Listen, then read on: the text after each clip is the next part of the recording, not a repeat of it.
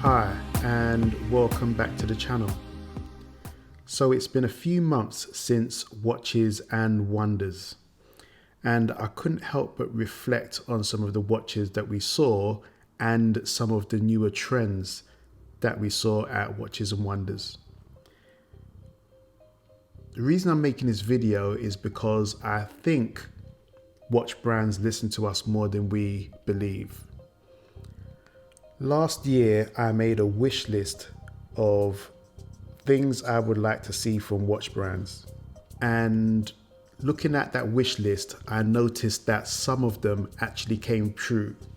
Now, I'm not thinking that watch brands listen to me specifically, but I do believe that watch brands do listen to an extent to some of the things that we want. So it was quite interesting to look at some of the things on my wish list and see some of them come true at Watches and Wonders. Now, last year I was interested in purchasing a Daytona, obviously in the grey market, but this was before the prices of the Daytona went crazy. I was interested in purchasing the watch because I'd recently been offered a new job and I wanted to give myself something of a treat in a new sports model. At the time, there were lots of rumors of the Daytona becoming a 41 or 42 millimeter watch, and I was a bit apprehensive because of two reasons. The first being, if the Daytona grew in size to 41 or 42 millimeters, that would make the existing 40 millimeters go up in price and unobtainable. The other reason is a faint possibility of possibly purchasing one at retail and 40 millimeters being my ideal size. But today I'm actually no longer interested in that watch. It's too hot, it's too popular, and actually I'm turned off by the watch, even though it is a great looking watch.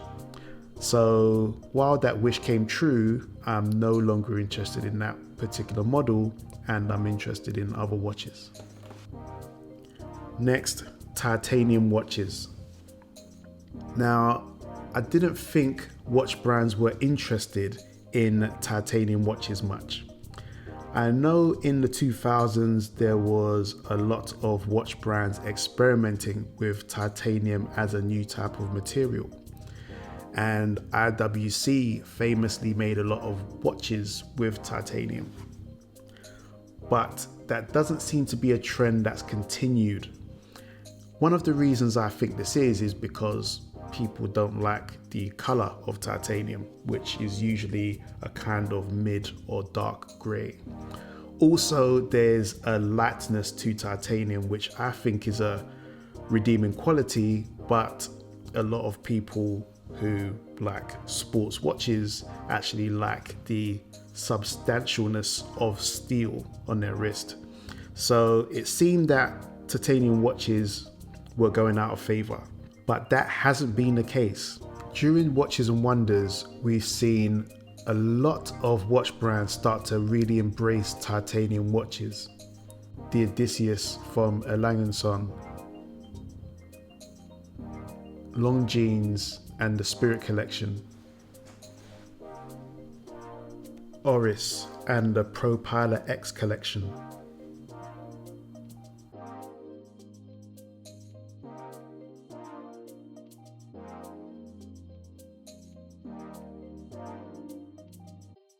I'm surprised at how titanium watches are seeing a bit of a resurgence with watch brands. I hope this is something that continues, and I look forward to my next watch being a watch made of titanium.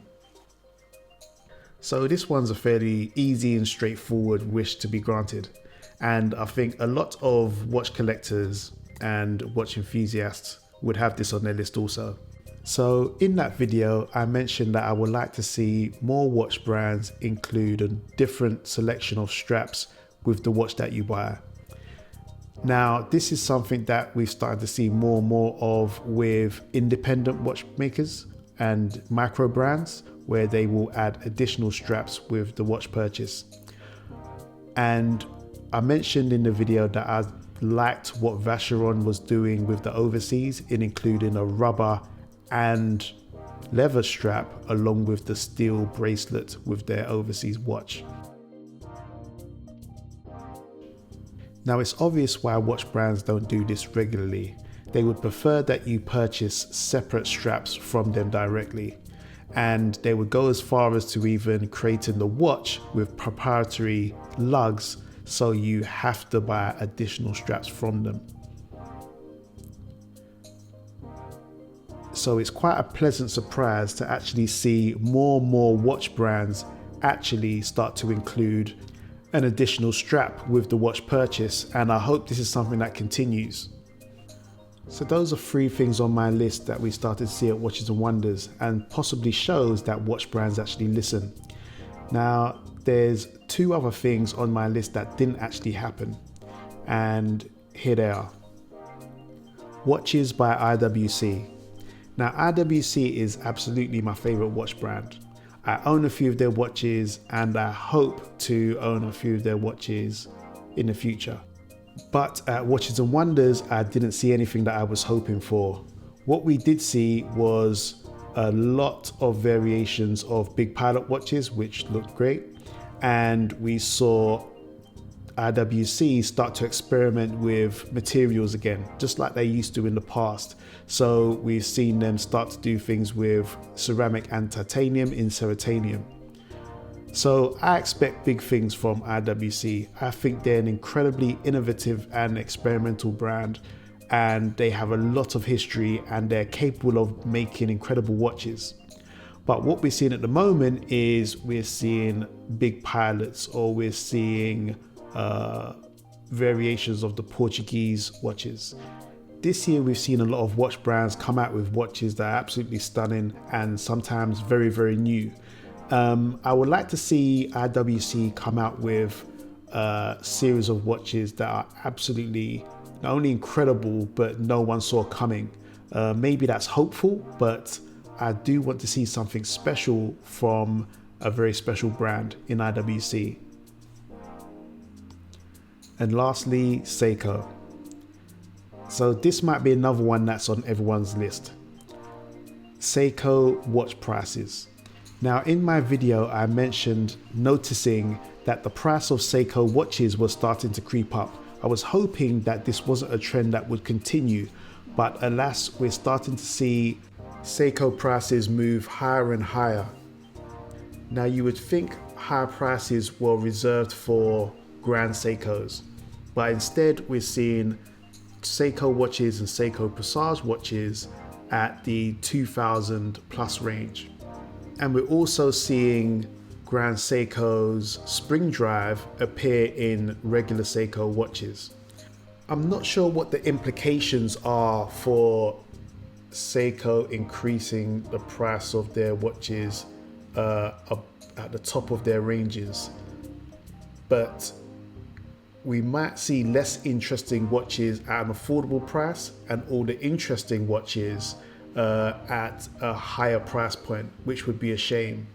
I remember buying a really great Seiko watch for £400, and now we're in a situation where if I wanted something that was similarly great, we might have to start looking at the £1,000 range. I think long term, if this continues, people who were usually interested in Seiko watches might now want to consider micro brands or other watch brands if you're thinking about spending over £1,000. So I'm not sure where Seiko goes from here, and I'm sure they're doing what's in their best interest. But I do think it's a shame because I got into watches through Seiko, and I would like to see it continue to deliver incredible watches at an affordable price. So that's a look at my list, and also an observation on whether watch brands actually listen. I think it's safe to say that they actually do, and we're starting to notice that with the proliferation of sports watches being released by lots of brands. So I'll be interested to see how this evolves and actually what they listen to next from watch enthusiasts and collectors.